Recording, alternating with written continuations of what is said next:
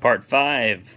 The most hated of aircraft in the fighter community. The Strike Fighter.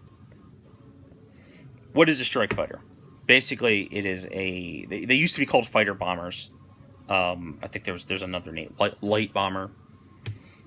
But in this case, the Strike Fighter, it's essentially a fighter aircraft that has basically the capability to maneuver to survive, penetrate the enemy air defense, provide short-term close air support, where a big heavy bomber or a medium bomber, isn't survivable enough. And also being able to, like, if you have a bunch of strike fighters coming in, and you're not 100% sure what you're going to hit, you can now allocate them piece by piece, like fighter by fighter, as opposed to if you've got something like a B-2 overhead, and you need it to hit multiple places, well, it's going to have to maneuver and do all this other, like, it's going to take longer. If you got a fleet of strike fighters, you're going to be able to split that up a lot faster. Doctrine: maneuver, strike, survive, get the hell out, and be enough of a threat to the enemy aircraft. And this is relatively new, but basically be enough of a threat to the enemy aircraft where they don't want to mess with you. That's what a strike fighter is supposed to be. Examples. First example I'm going to talk about are actually two aircraft that are light bombers. They're not. I don't think they're technically strike fighters. And this is because they don't have any air-to-air capabilities whatsoever. The F-111F Aardvark and the F-117A Nighthawk. Neither of those are in service anymore. They're light bombers, but they were built principally the same way that a strike fighter would be built. The weird thing about the F-117A is that you could argue maybe it's more of an attacker. I tend to think it has more properties of a strike fighter, or I should say a light bomber. Therefore, I kind of relate it to a strike fighter a little more. So, basically, the F-117 was kind of a barely subsonic, but very difficult to detect bomber. It had a limited payload, but basically you could send a fleet of them in, and they were just really, really tough to deal with.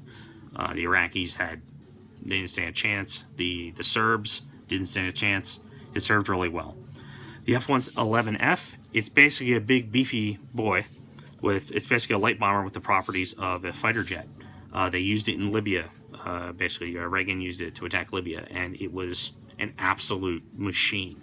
In fact, it performed so well that the Australians ended up buying it, and I believe the British were looking at it. F-111F, again, procurement process was insane. It's basically the precursor to the F-35 in terms of bureaucracy, creating an aircraft by committee, and it just being, a mess. But the actual plane they ended up with, it had roles it could fulfill, like light bomber, like strike fighter, where it actually did them pretty good. The Navy had the A-7 Corsair, Corsair 2, that's what they were calling it. I get that mixed up because the F-8 is a Crusader, and they're kind of based off the same airframe. So the Corsair 2 was the A-7. That got used, I think, until post-Gulf War. Strike fighter, basically, maneuverable. It's an A, so it's technically, I guess they classify it as an attack aircraft. But the concept of strike fighter, it's actually probably the newest in terms of fighter aircraft. It's definitely the most controversial, and I think there has yet to be a strike fighter that was been designed to be a strike fighter, with one exception, or I should say two exceptions, in my opinion. So there was the Corsair. Now that's gone now. So what is the strike fighter right now that is in the U.S. military inventory? Because the Navy doesn't. Well, the Navy technically, I guess you could. I'll get to that in a minute, whether they technically have a strike fighter or not. But it's the F-15E Strike Eagle. The designer of the F-15 hates the F-15 Strike Eagle. Basically, you weigh it down, you strap a whole bunch of crap to it because it's got so much.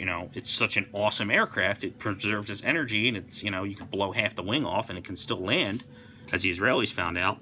And they just were like, yeah, let's update the sensors, extend the fuselage, basically add a second seat person to operate the weapons, put some laser designators on it, and turn it into a bomber that can also apparently shoot down aircraft.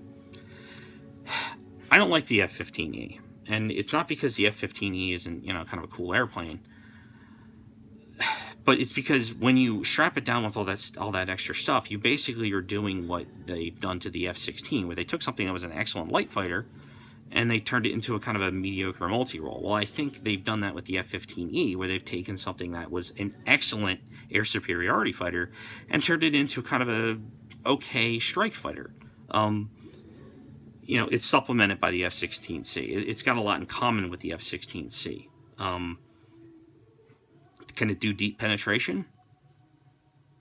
Yeah, I guess. It can fly low and fast. It's got good range. But I don't think it really does what a strike fighter should be doing. I think it meets the criteria, but it meets it on the back of an airframe that wasn't designed to do that. So, what are some examples? Well, current examples, other than the F-15E, is the F-15EX, which is that really awesome one that they're using to basically replace all the F-15. I think all the F-15s, particularly the E's, are being replaced by this F-15EX, which is essentially an F-15E with more modern avionics and maneuverability and some more stealthy features, and it has double the payload. Is that going to function as a strike fighter? Probably. It's probably going to function as the strike fighter. Does it cross into multi-role at that point? Maybe, because it's so mission configurable. But, the F-15 is pretty damn survivable. So in terms of functioning as a strike fighter, it's all right. The F-18F that the Navy has, is that a strike fighter? It's basically the two-seater variant with a weapons officer for the F-18. I'm not sure how good the F's air-to-ground capabilities are. If they are good, it's essentially kind of a lot like the F-15, only the F-18 is a better multi-role aircraft in terms of what it was based off of. I don't know if they're using it like a strike fighter. I know it's kind of the trainer. They do fly them, a lot. So I don't know. Is it a strike fighter? You'll have to tell me. I think it could fill the role of a strike fighter. But again, we're talking about an airframe that wasn't designed to be a strike fighter. It was designed to be a really good basically turning a multi-role fighter back into an air superiority fighter that's got multi-role capabilities, which is basically the F-18C turning into the F-18E. Does the F kind of fill that role as a strike fighter? I tend to say yes, particularly with the Block 3 upgrade. It's got it's going to have an even bigger payload and whatnot. But I don't know. I'm not a huge fan of strike fighters, so... the other one that was developed was the the F-16XL, the Strike Falcon. What that was basically a delta-winged version of the F-16. If you look this thing up, it looks crazy. But what I like about it is it keeps a lot of the speed and the features and the cheapness of the F-16, but it's got the extended range and payload. So F-16XL, I felt like that was actually, there was enough of a change to the airframe to justify calling it a strike fighter, as opposed to the F-15E, where they just kind of upgraded it and made it a little longer.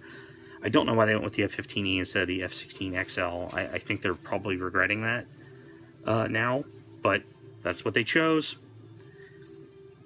As for what do we do? I'd like a stealthy version of the F-18F as a strike fighter.